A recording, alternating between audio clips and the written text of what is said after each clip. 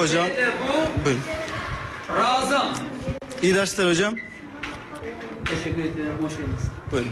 Siz dersinize devam edin. Biz de devam edelim sizinle birlikte.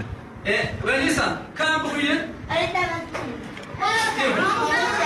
Tamam bugün. Şu anda tahtada görüyorsunuz müfredat doğrultusunda verilen bir okuma parçası var. Şevadreş yani uzun gece. Hocama dönelim Fedli Zaman. Kürtçe eğitim konusunda hem sertifika sahibi hem de okulun Aliye Ezlim Merdin'e dijim. Evet. Benim adım Ali.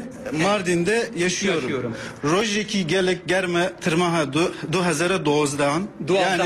Yani bir Temmuz ayının Temmuz 2012'nin sıcak bir günüydü. Evet.